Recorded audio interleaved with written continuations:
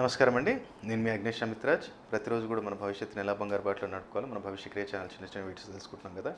So ఈరోజు కూడా ఇంకో క్వశ్చన్ ఏంటంటే, మనం నిన్న ఒక వీడియో అప్లోడ్ చేసాము. దాని గురించి గురువుగారు మరి ఇది మేము ఇట్లా నెంబర్లు మీ చేతి మీద రాయటం ఇలా చేసటం, నిజంగానే మేము గూగుల్లోకి వెళ్ళి సెర్చ్ చేసాము. రిజల్ట్ అదే వచ్చింది. ఎందుకంటే నేను చెప్పేది అదే, మనము ఏదన్నా శాస్త్ర ప్రామాణికంగా అంటే ఒక దగ్గర ఉండొచ్చు, అది ఒక దగ్గర అది ఒకళ్ళు పాటిస్తున్నారు అంటే అది అందరికీ అదే కలిసి వస్తుందా అంటే కాదు. అది ఆ యోగం ఉండాలి. ఆ యోగం ఉంటేనే ఒకవేళ నీకు అది కనెక్ట్ అవుతే అవ్వచ్చు, లేకపోతే లేదు. కానీ ప్రతి ఒక్కళ్ళకి అవుతుందా అంటే కాదు. ఇప్పుడు ఎందుకంటే ఒక్కటి అబ్జర్వ్ చేసి చూడండి, నేను ఇంతకుముందు కూడా వీడియోస్లలో చెప్పాను, రెమెడీస్ తెలుసుకునే ముందు లేదా నన్ను ఒక రెమెడీ అడిగే ముందు ఫస్ట్ ఒక్కసారి జాతకాన్ని అనలైజేషన్ చేయించుకోండి అని నేను చెప్తాను. డేట్ ఆఫ్ బర్త్ లేదు అంటే అప్పుడు నువ్వేంటిది, ప్రశ్నాశాస్త్రం ఉంది, హస్త సాముద్రికం ఉంది, లేదంటేనేమో నీ ముఖ కవళికలు కావచ్చు, లేదంటే నిన్ను కొన్ని క్వశ్చన్స్ అడుగుతాం మనం, నీలా ఫ్యామిలీ నుంచి రిలేటెడ్ కొన్ని క్వశ్చన్స్ అడగటం ద్వారా అక్కడ మనకు ఒక రెక్టిఫికేషన్ అవుతుంది. ఇలా ఉంది నా లైఫ్, ఇన్ని ఇబ్బందులు పడ్డాడు. ఒకవేళ జన్మజాతకంలో ఇలాంటి స్థితి ఉంటే ఓకే, ఇలాంటి ఇబ్బందులు వస్తాయని మనకు తెలుసు. సో దానికి తగ్గట్టు మనం రెమెడీస్ అని మీకు రికమెండ్ చేస్తాం. సో ఇక్కడ కూడా ఏమవుతుంది, మనం ఇంతకుముందు కూడా నేను ఒక పాత వీడియోలో ఒక దాంట్లో చెప్పాను, సప్తమంలో గురువు కానీ సప్తమంలో శని ఉండి వీళ్ళిద్దరు సప్తమ దశమాలలో వీళ్ళిద్దరు ఒకవేళ ఉన్నారు అనుకుందాం. సప్తమంలో గురువు, దశమంలో శని, లేదా సప్తమంలో శని, దశమంలో గురువు ఉన్నాడు అనుకోండి. నేను ఛాలెంజ్ చేసి చెప్తా, నువ్వు పొద్దుగాల బ్రహ్మముహూర్తంలో లేచి నువ్వు దీపం పెట్టు, నీ ఇంట్లో అదృష్ట లక్ష్మి అనేది అడిగే పెట్టదు. నీకు నిత్యం కూడా ఇంట్లో ఎలాంటి ఫైనాన్షియల్ క్రైసిస్ తోటే ఉంటావు తప్ప, దరిద్ర దేవత ఉంటుంది తప్ప అదృష్ట దేవత అడుగు పెట్టదు. ఎందుకు అంటే ఇక్కడ నీ జాతకంలో ఉన్న స్థితి అది. నువ్వు చెయ్యొద్దురా బాబు పూజ అంటే నువ్వు చేస్తూనే ఉంటావు. దేవుడు పూజ చేస్తే పుణ్యం వస్తుంది గురుగాడు, డబ్బులు ఇవ్వాలి కాకపోతే రేపు వస్తాయి. అట్లాగే అనుకొని చేసుకుంటున్న వాళ్ళని కొన్ని నేను సంవత్సరాల నుంచి చూస్తున్నాను. మా ఇంటి దగ్గర కావచ్చు, మా రిలేటివ్స్లో కావచ్చు, చెప్తే వినరు వాళ్ళు. అదే పక్కనోడు మంచిగా వచ్చి ఇవాళ నమ్మి మనం చెప్పింది ఇవాళ ఫాలో అయ్యి వాడి ఒక స్థితిలో వాడు నాకు ఒక ప్యాషన్ బండి ఉంటే చాలు అన్నవాడు ఇవాళ ఒక బుల్లెట్ కొనుక్కొని ఒక మంచిగా ఒక ఇన్నోవా కార్లో తిరుగుతున్నాడంటే మనం ఏమైనా మ్యాజిక్లీ చేసామే, మనం మంత్రాలు చేసామే? అరే వాడికి ఉన్న యోగం అని చెప్పాం. నువ్వు ఈ ఫీల్డ్ కాదురా బాబు, నువ్వు సాఫ్ట్వేర్ ఫీల్డ్లో నువ్వు చేస్తున్నావు, నీకు సాఫ్ట్వేర్ ఫీల్డ్ పనికిరాదు. మంచిగా నీకు బిజినెస్ నీది, ఫుడ్ రిలేటెడ్ బిజినెస్లోకి రా, అది కూడా నాన్ వెజ్ రిలేటెడ్లోకి రా. వచ్చిండు ఇవాళ లక్షలు సంపాదించుకున్నాడు, వాడి యోగం అది. మన పని ఏంటిది, మనం చెప్పటమే. వాడి యోగం అయితే మనం లాక్కోలేం కదా. అలాగే ఈరోజు మనం చేసే డిస్కషన్ ఏంటంటే, ఇప్పుడు మా ఫ్రెండ్ వాళ్ళ షాప్కి వెళ్ళాను నేను ఒక దగ్గర, మన దగ్గర సికింద్రాబాద్ దగ్గర ఈ జెమ్స్ మార్కెట్ ఉందంట, పోర్ట్ మార్కెట్ అంటాం మనం. వాడి దగ్గరికి వెళ్తే చాలా రోజుల తర్వాత నాకు స్టోన్ కావాలి, శ్రీలంకన్ బ్లూ సఫైర్ అని చెప్పి మా స్పెషల్ కస్టమర్ ఒక ఆయన ఉన్నారు మన కాంగ్రెస్ పార్టీలో. సో ఆయనకు ఆ స్టోన్ కావాలి అంటే నేను ప్రత్యేకంగా వెళ్ళాను అనమాట. నాకు ఒక మంచి 4 క్యారెట్స్ ఇట్లా శ్రీలంకన్ బ్లూ సఫైర్ కావాలరా అంటే వాడు కౌంటర్ ఓపెన్ చేయగానే ఏదో గ్రీన్ కలర్ నెంబర్లో 5 నెంబర్ పెట్టుకుని వాడు కౌంటర్లో. ఏంద్రా ఇది అని నేను అన్న. ఇదేదో చెప్పారా డాడీ చెప్పారు, నేను పెట్టానంటే మరి ఇది పెట్టినప్పటి నుంచి ఎట్లుందిరా గిరాక్ అంటే ఉన్నట్టు డౌన్ అయింది అన్న, ఎందుకైతుందో అర్థమవుతలేదు. డాడీ ఏమంటాడంటే అన్సీజన్ కదా అట్లనే ఉంటుంది అని అన్నాడు. ఇది ఎక్కడ లేదా, జెమ్ స్టోన్స్కి అన్సీజన్ ఏముంది, ఎప్పుడన్నా పెట్టుకుంటారు అది.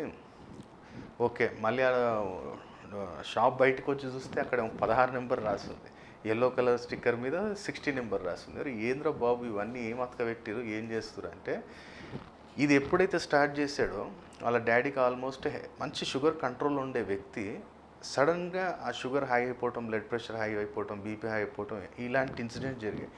ఎందుకు జరిగారా, హాస్పిటల్లో ఉన్న డాడీ అని నమ్మాడు, ఇది పెట్టాడంటే నేను ఒకటే మాట అన్నా, కేతు సంఖ్య. అక్కడ ఏం పెట్టాను, 16 అంటే కేతు సంఖ్య.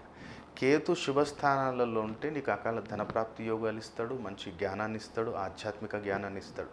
అదే నెగిటివ్లో ఉన్నప్పుడు నువ్వు కేతుని కానీ ముట్టుకున్నావంటే సడన్గా అకాల మృత్యుని కూడా ఇచ్చేది కూడా కేతువే, లేదంటే లాంగ్ టైం హాస్పిటలైజేషన్ కోమాలోకి పంపించేది కూడా కేతువే. అందుకని అలాంటి సంఖ్యలు పెట్టే దగ్గర ఆలోచించాలి. ఇప్పుడు కౌంటర్లో నువ్వు 5 నెంబర్ పెట్టుకున్నావు, బుధుడు. ఇప్పుడు ఆయనకి ఏమైంది, నర్వస్ సిస్టమ్ మొత్తం కూడా వీక్ అయిపోయింది ఆయనకి, పెద్ద ఆయనకి. ఆయన కూర్చొని 5 నెంబర్ పెట్టుకొని కూర్చొనేసరికి బుధుడు అనేసరికి మన బాడీలో నర్వ్ సిస్టమ్ని రూల్ చేస్తాడు. నర్వ్ సిస్టమ్ అండ్ డెంటల్, మన సర్వైకల్ కావచ్చు. ఇప్పుడు ఆయనకు ఆ మెడ అనేది బ్యాలెన్స్ లేక అదేదో పట్టి వేస్తారు, నెక్ నెక్ బ్యాండ్ ఏదో వేసారు ఆయనకి, ఎందుకంటే ఇది ఇట్లా షేకింగ్ అవుతుంది ఆయనకి. సో ఆ నెక్ పట్టి వేశారు. ఎవరిని ఆయన జాతకం అప్పుడు తీసి చూస్తే బుధుడు మీనరాశిలో నీచ స్థితిలో, కేతువు చతుర స్థానంలో ఉన్నాడు. ఇక దీర్ఘకాల వ్యాధి కాకపోతే ఏమైతే ఇలా ముట్టుకుంటే హాస్పిటల్లో పడి ఉన్నాడు 3 నెలల నుంచి. వీడికి అనుభవం లేదు, ఏం లేదు, వీడి ఇక్కడ కూర్చొని వీడి బిజినెస్ చేయలేకపోతున్నాం. సో ఇలాంటివి ఎన్నో ఉంటాయి. మనం కొన్ని నెంబర్స్ అనుకుంటాం కానీ నెంబర్స్ రిప్రజెంటేషన్ సమ్ ప్లానెట్స్. ఆ ప్లానెట్స్ మనకు ఫేవరబుల్ ఉన్నాయా లేవా అనేది చూసుకున్న తర్వాతే ఆ నెంబర్ని మనం ఎక్కడైనా డిస్ప్లే చేయటం కానీ, మనం ఏదైనా ఇప్పుడు ఒకటే మీరు ఆలోచించి చూడండి, బండికి ఒక నెంబర్ పెట్టాలంటేనే మనం ఎన్నిసార్లు ఆలోచిస్తాం, అది కరెక్టా కాదా, నాకు కలిసి వస్తుందా లేదా, ఎంతమందిని మన ఒక గురువును మనం మంచిగా అడ్వైస్ తీసుకున్న తర్వాతే ఆ నెంబర్ తీసుకుంటాం. సో ఇంటికి కూడా ఆ నెంబర్ పెట్టేటప్పుడు 1-2 సార్లు ఆలోచించండి. గల్లలో పెట్టడమో, చేతి మీద రాసుకోవటమో, ఇంటి పైన డిస్ప్లే చేయటమో, షాప్ బయట డిస్ప్లే చేయటమో ఎందుకు చేస్తున్నాం, ఏంటిది, అది ఏం శాస్త్రం, అది ఎక్కడి నుంచి వచ్చింది మనకి. మన గ్రంథాలలో ఉన్నది ఏంటి అంటే హస్త సాముద్రికం ఉంది, సంఖ్యాశాస్త్రం ఉంది, గణిత శాస్త్రం అనుకోండి, మనకి జ్యోతిష్య శాస్త్రం ఉంది, మంత్రశాస్త్రం ఉంది, తంత్రశాస్త్రం ఉంది. కానీ ఇవన్నీ కూడా ఏదో మనకు అబ్రాడ్ నుంచి తీసుకొచ్చినాయి, అన్నీ తీసుకొచ్చేసి ఇక్కడ పెట్టేసి నువ్వు రాసేసుకో వచ్చేస్తాయి అంటే ఎక్కడో అట్లా వస్తుంటే అందరు కోటీశ్వరులేము కదా. నేను కూడా రాసుకుంటాను, మరి నేను కరోడ్పతిని అయితేనా అంటే ఇక్కడ మనకి జాతకంలో యోగం ఉండాలి, నీకు సంపాదించే ఒక సోర్స్ ఉండాలి. ఇప్పుడు నువ్వు 10 లక్షలు సంపాదించే యోగం ఉంది కానీ సంపాదించలేకపోతున్నావు, ఎందుకంటే నీ జాతకంలో కొన్ని దోష పరిహారాలు జరగలేదు. ఇప్పుడు నేను కావచ్చు, ఎంతోమంది మహానుభావులు గురువులు చెప్పేది ఏంటిది, ఆ దోష పరిహారాన్ని తీసేసుకుంటే నీకు 1,00,000 వస్తుంది. నీకు 10 లక్షలు సంపాదించే సోర్స్ ఉన్నప్పుడు క్రమాన మనకి నీకు ఆదాయం పెరుగుతుంది. ఈ నెల 1,00,000, వచ్చే నెల 1,50,000, వచ్చే నెల 2,00,000. అట్లా నువ్వు ఒక స్టేజ్ వచ్చే వరకు 10 లక్షలు సంపాదించే స్టేజ్కి వస్తావు. రాత్రి నేను పూజ చేసినా నువ్వు నెక్స్ట్ మంత్ నువ్వు 10 లక్షలు సంపాదించిపోతా అంటే అట్లా కాదు. క్రమక్రమాన అంటే స్టెప్ బై స్టెప్ మనం డెవలప్మెంట్ ఉంటుంది. మనకు కూడా ఒప్పుకుండాలి. అది కూడా మనం ఎప్పుడు కానీ సంపాదన వచ్చినప్పుడు నలుగురికి పేదవాళ్ళకి సాయం చేయాలి. అలాగే కలియుగ దైవం వెంకన్న స్వామి హుండీలో అంత ఇంత మన ఆ సొమ్ము అనేది ఆయనకి వెళ్ళాలి. ఆయన వడ్డీ కట్టుకుంటున్నాడు కాబట్టి కుబేరుడికి ఆ వడ్డీ రూపాన మనం కూడా కొంచెం ఆయనకి సాయం చేసినట్టు ఉండాలి. ఆయన మనకిస్తాడు, మనం ఆయనకి ఇవ్వాలి. ఇస్తే అక్కడ రెట్టింపు నీకు తిరిగి ఇస్తాడు. నువ్వు అక్కడ 10,000 ఇస్తావంటే ఖచ్చితంగా నీకు అక్కడ 1,00,000 ఆ వెంకన్న స్వామి నీకు ఇస్తాడు. కాబట్టి పరమేశ్వరుడి యొక్క దర్శనం కూడా శ్రీశైలం మల్లేశ్వర స్వామి దర్శనం అమావాస్య రోజు చేసుకున్నా, ఏదైతే మనకు పితృదోష ప్రభావాలు, అష్టమ రాహు, శని వక్రించి ఉండటం, లేదంటే శని నీచ స్థితిలో ఉండటం, రాహు పీడ, కేతు పీడ ఉన్నప్పుడు శ్రీశైలం కూడా దర్శనం చేసుకొని మనకు డబ్బులు వస్తున్నప్పుడు అక్కడ వానరులకు కూడా సేవ చేసుకుంటూ ఉంటే నీకు ప్రతి నెల నీకు ఒక మంచి డెవలప్మెంట్ అనేది ఉంటుంది. కానీ చాలామంది ఏంటంటే ఒక స్థాయికి వచ్చేంత వరకు చేస్తారు, ఇక దాని తర్వాత మర్చిపోతారు.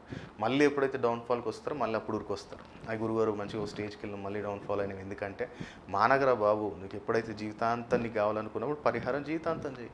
ఇప్పుడు 2-3 నెలలకు ఒకసారి చేస్తున్నావు, కొంచెం బిజీ అయిన 6 నెలలకు ఒకసారి, అంత కూడా టైం తీయకపోతే ఇక నువ్వేం మంచివి.